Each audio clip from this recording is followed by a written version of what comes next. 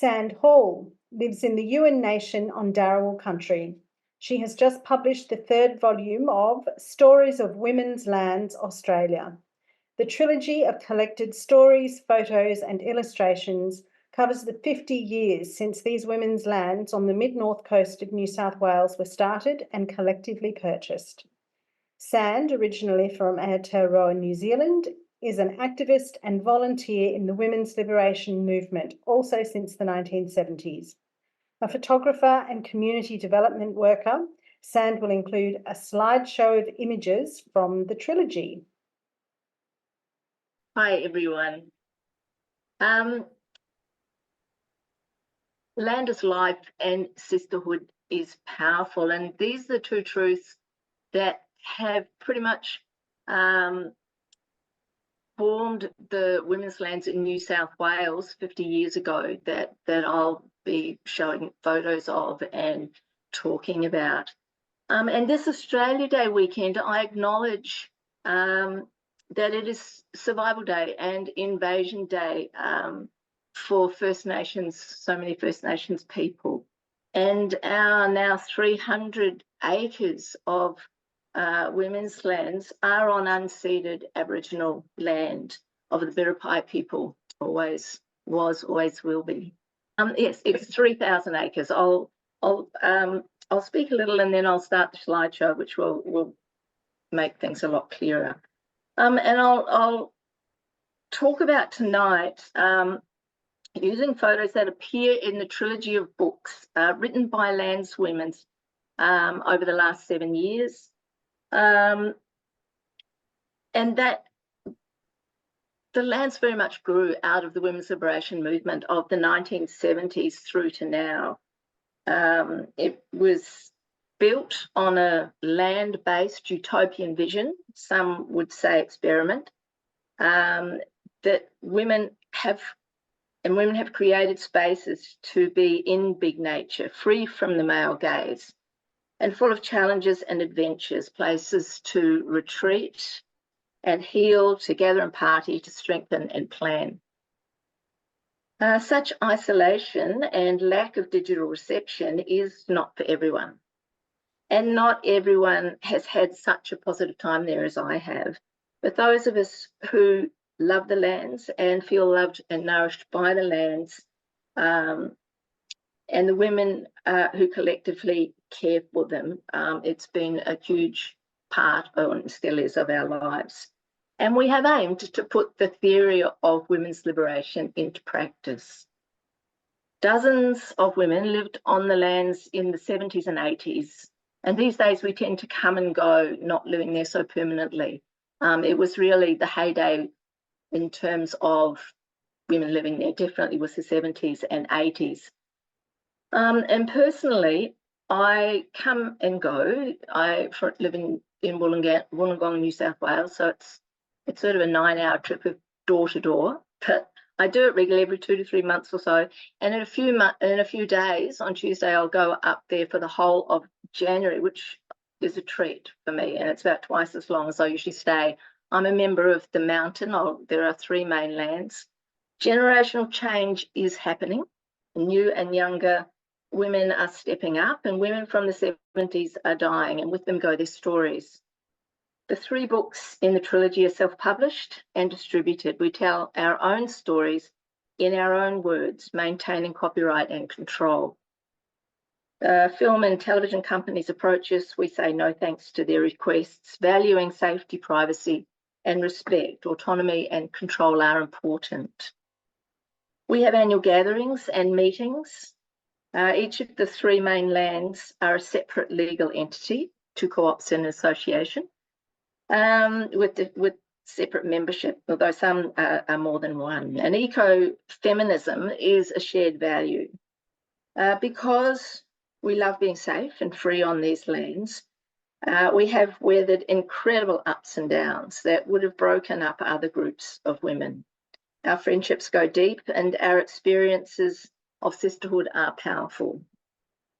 I'm going to screen share now. Looking at this picture on the right, the peak is the mountain. It was first discovered in 1973 is 1,000 acres of regenerating rainforest. Then the valley between those two hills in the middle is another 700 acres or so. And then to the left, from the valley floor up to that peak on the left there is her land, another 1,000 acres.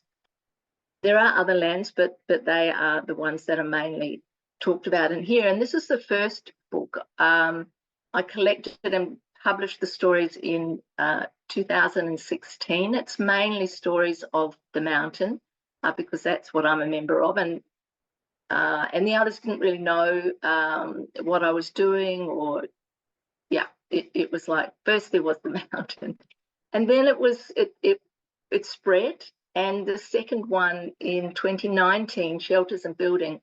So that's shelters, yes, on each of the lands, and building of community and friendship as much as infrastructure. The third one, 50 Years, has just been published November 2023 and is another one that covers the three main lands plus Bracken, which, as the crow flies, is about 20 k's away and is connected. And the books, for me, because I'm a photographer too, they're as much sort of photo albums as they are collections of written stories. And in this one, there are 25 contributors across all the books. There are 50 covering 75 chapters. And this one and pretty much the others too covers the 5 decades, 4 lands and several generations. This is Karen Hicks, who started the lands in 73. She was involved in Melbourne with Radical Lesbian Group and set off to get some land, and then connected with women, mainly in Sydney and Melbourne, to, over the years, finance it, and with dances and all sorts of innovative and so many women have been involved over the years and contributed.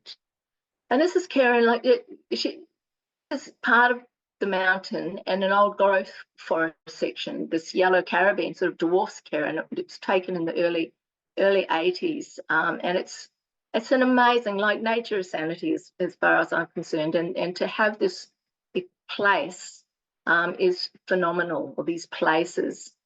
And when women first went in the early 70s, there were 2 loggers' huts there. This is the mountain. This main one, and then a smaller one that became the kids' hut. And we lived in that until we started building. Well, we lived in it pretty much as a base for 20 years, because it took us about 20 years to build this communal hexagon. It was started in the 70s.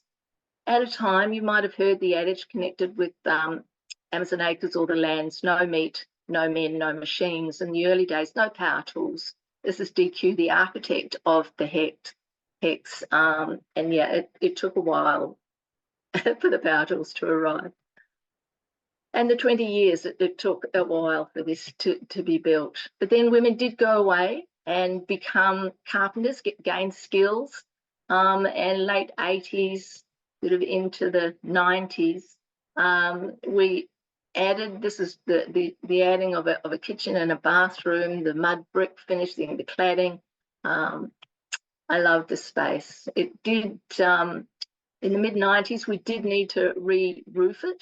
So that's what this part is about. And because it took us 20 years to finish building it, those buttresses needed to go on partway through because it started to buckle, but they worked well. We had some very capable women through the whole process.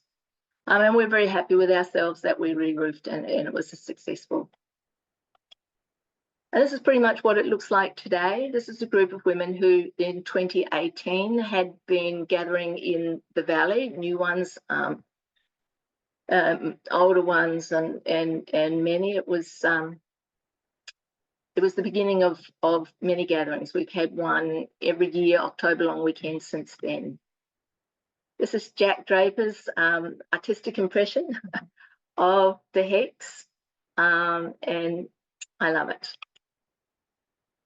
It is a favourite place. This is the inside for me. When I go there, I'm often the only one. certainly in the Hex, and sometimes the only one there. And that solitude, it's 10 kilometres to the nearest neighbour. I love it. It's got everything that is needed. This is Maisie Mei-Ling. She was cooking up cakes for this 2018 gathering. She put on the lunch, soup and magnificent cakes. It's, as you can see, it's a fairly comfortable space with the mezzanine in the back there with a library and a sleeping platform. This is Mei-Ling. Again, this was in 1981, photo by Barb McDonald. Maisie decided to live under a tarp by this rock near the creek. And she did that for quite some time.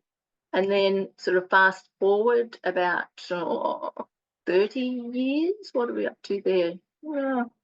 10 years, another 10 years. This is a self-portrait she did in Karen's little Hex. She was staying there. She did a lot of mowing and would come and go, and was doing a photography course and did this one. This is my hut. It's just a one-room little hut that I built in the early 90s. We're putting on the tank. This is taken in more recent years. The tank, by now, it needs replacing. That will happen. And there's a lot more clearing that's happened around it too. The machinery part of it, we frequently need to engage bulldozer drivers, or one in particular who has a long association, to clear the road, clear the land. We're in a regenerating rainforest. Different women have created different shelters on the mountain. And here the valley, there was an old farmhouse that accidentally burnt down in the early 80s. Women in the valley would have meetings frequently. There were quite a few at this point. This is the late 80s. There was an old dairy there, but unfortunately we lost in the fires of 2019. But here women are working out the legal next step, the one that ended up becoming an incorporated association.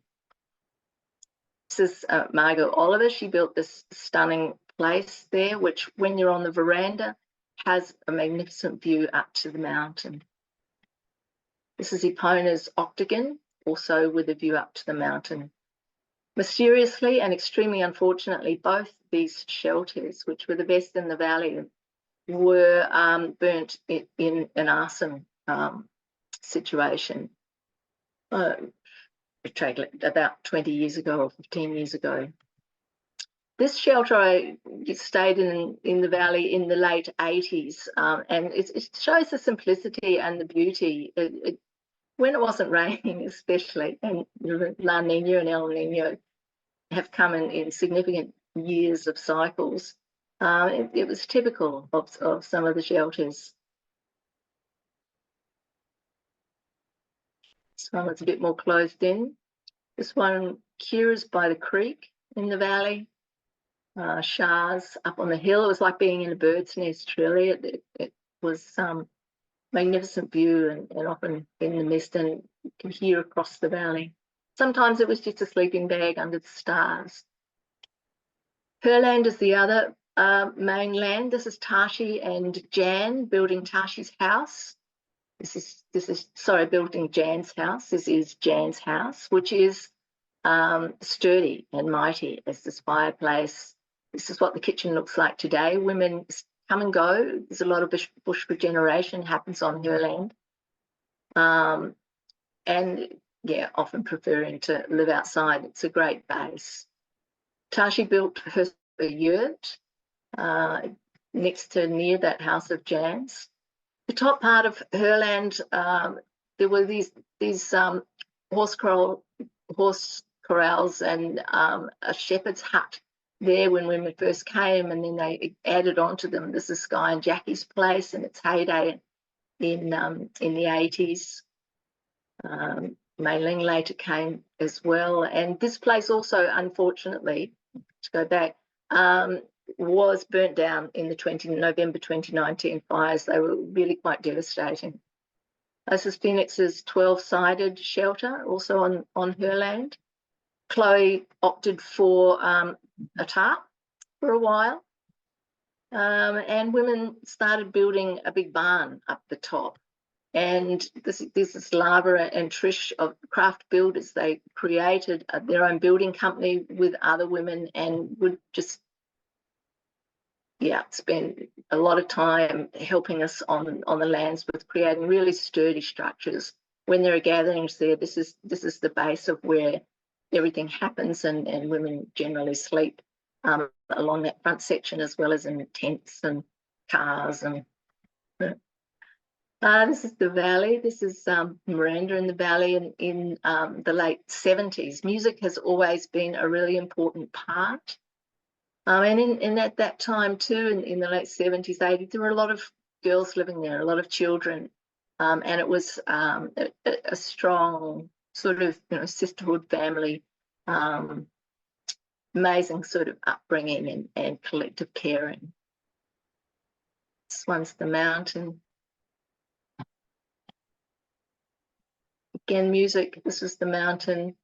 So many of these women are no longer with us, unfortunately. The mountain, again, many of these ones are. And this Savage on the right here, she was a bushwoman, and this is her too. Lived around. She actually would leave first the mountain, too much politics and rules, and squatted the valley. Then another group of women bought the valley. Same with her land. Time to move on, squatted at the top of her land, and then women bought that place as well. She was certainly a woman of the lands, and for her 50th birthday, we built her a house away from everyone at the top of her land. She had $5,000, and that's what we spent on materials. And Trish, the amazing builder, supervised that side of it. I helped coordinate. And that place, we checked it out a couple of years ago with some of the young ones. It survived the fire. It's still there, even though Savage herself died some sort of 20, 25 years ago. Mysteriously, perhaps a snake, perhaps a heart attack, we're not sure. But she died there, which is how I'm sure she would have liked it. Horses were a big part of the lands. Especially Sky and Jackie and her land, only for the first 20 years or so, really. They're not really appropriate to the land, and when it was dry, there was not the grass for them. But it was fabulous for the girls during school holidays. They would have amazing adventures, and including going off on long rides at times. And there was a donkey. Joshua was around there for a while. And Daffodil the cow on her land was silver. We would have events like this is the valley.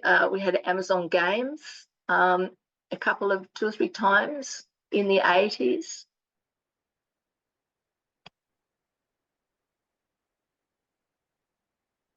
Chris Sitka, some of you may know, she lived there for many years, and several of them in this tent near the garden, again before the big rains came. And she's one of our elders. Like this is her last year. And in the early days, we didn't have elders, and I think it made a big difference. It's interesting now that there are many still from the 70s who are filling that role. This is sisters Annie and Elaine, who lived local family in Wauchope, and which is near the lands, and had a caravan in the valley that they would come and go from as well. Janet from Aotearoa and her daughter, Sarah, visiting. She spent time in the valley years ago as well. Sky. There are a few extreme situations happen. One was when a neighbour gouged our access road on the mountain, got a bulldozer driver to stop us being able to get up and down. She was illegally logging on our property and elsewhere, and also would have to say she and her family, she was a doctor, were quite lesbophobic. I was bitten by a tiger snake 30 years ago and lucky to be alive. And as I was saying before, the fires of 2019 took 2 weeks to do a slow burn up the mountain. Fortunately, did not destroy shelters on the very top of the mountain, but did destroy some in the valley and herland.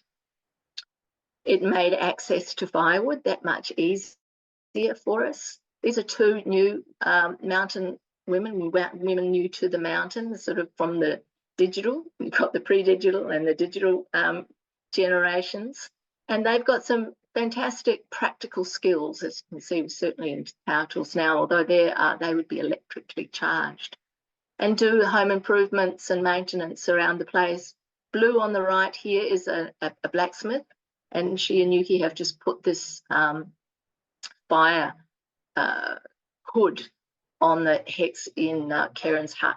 It was smoking a bit much. In the valley, there is now a shed. The dairy burnt down recently. There's a shed, and these women were putting the veranda on.